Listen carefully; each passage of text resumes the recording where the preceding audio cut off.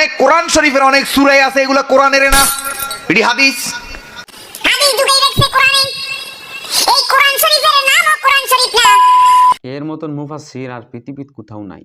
এক এক সময় এক একটা ডেট ছাড়া গাঁজা খায় আর এক একটা ব্যাখ্যা এক এক সময় দেয়। এটা কই থাকে জানি না, এই আশেপাশে কি মুসলমান নাই নি, হেরে কি ধরতে পারে না? কত বড় বড় কটাক্ষকর কথা, ইসলামের সাথে সাংঘর্ষিক এ ধরনের কথা বললে বেড়াইতেছে, কোন খানকার থেকে বসে এগুলা বলে? ওদেরকে কোনো আত্মীয় স্বজন নাই ওকে ধরার জন্য বা ভাবনা নিয়ে ভর্তি করে দেওয়ার জন্য? কোরআনে বলে হাদিস ঢুকাই না। এদেরকে তো দলিল দেওয়া লাভ নাই, এদেরকে দলিল দেওয়া লাভ নাই। এদের দলিল একটাই, ফাইলে জুতা মুবারক জন্য সাক্ষাৎ হয়। এদেরকে বুঝাইয়া দলিল দিয়ে কোনো লাভ নাই। বিশ্বাস করবেন কিনা জানি না, ওরা ইসলামের জন্য কাজ করে না তো, ওরা কোনো একটা এজেন্ডা আছে।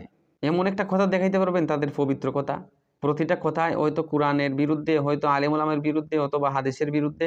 সে নামাজের অস্বীকার করে, রোজারে অস্বীকার করে, মৌলিক ইসলামের বিধানকে তো অস্বীকার করে, তুইলে মুসলমান কেমনে কোয়া যায়?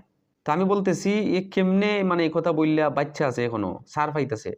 হে তো হিন্দু খ্রিস্টান এদেরকে খুশি করতেছে, আমরা তো জানি মুসলমান, আসলে তো মুসলমান না। কি জানি একটা গান বলছিল যে মরার সময় ডুল বাঁশি বাজাইও। অলরেডি দেখলাম যে মরার সময় ডুল বাজনা বাজাইছে।